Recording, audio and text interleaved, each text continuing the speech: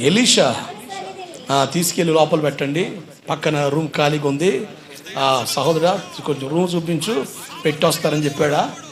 నేను ఎవని సన్నిధిలో నిలుచున్నానో ఇశ్రాయేలు దేవుడైన ఆ యెహోవా జీవము తోడు నేనేమీ తీసుకోనని చెప్పాడు. అంతే. అలా చెప్పి పక్కెళ్ళి సైకిల్ చేశాడా? లేదు. బయట ఏం ప్రకటించాడో దానికి కట్టుబడి నడిచాడు ఎలీషా.